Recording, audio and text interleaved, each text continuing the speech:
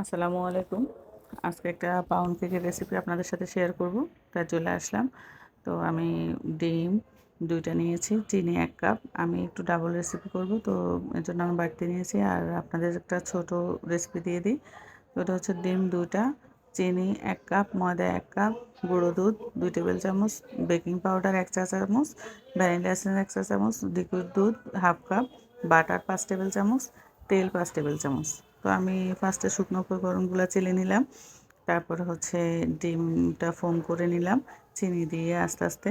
তারপরে হচ্ছে তেল দিয়ে দিলাম, আর শুকনো উপকরণ দিয়ে ভ্যানিলাটা দিয়ে দিলাম। আমি দুধটা একটা বলক দিয়ে তারপরে বাটার মিক্স করে নিলাম।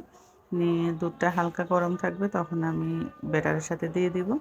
ব্যাটারটা একটু আলতো হাতে আমি মিক্স করে নেব। ব্যাটারটা একটু লিকুইড হবে আমি এখন ওভেনে দিয়ে দেব। ও মোল্ডগুলো আমি আগে থেকে হালকা একটু তেল ব্রাশ করে রেখে দিয়েছিলাম।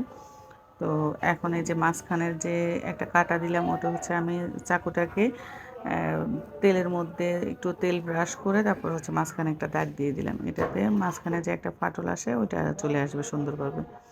আর আমি ছোট কয়েকটা কাপ কিউব করে নিলাম। তো এখন এখানে সুগার সিরাপটা আমি একটা বলক দিয়ে নিলাম। চিনি দিয়ে পানিটা বলক দিয়ে তারপরে ঘি মিক্স করে দিলাম। গরম কেকটা যখন ওভেন থেকে নামাবো সাথে সাথে হচ্ছে আমি ব্রাশ করে দেব। আর এখন আমি মেপে দেখাচ্ছি কতটুকু হয়েছে।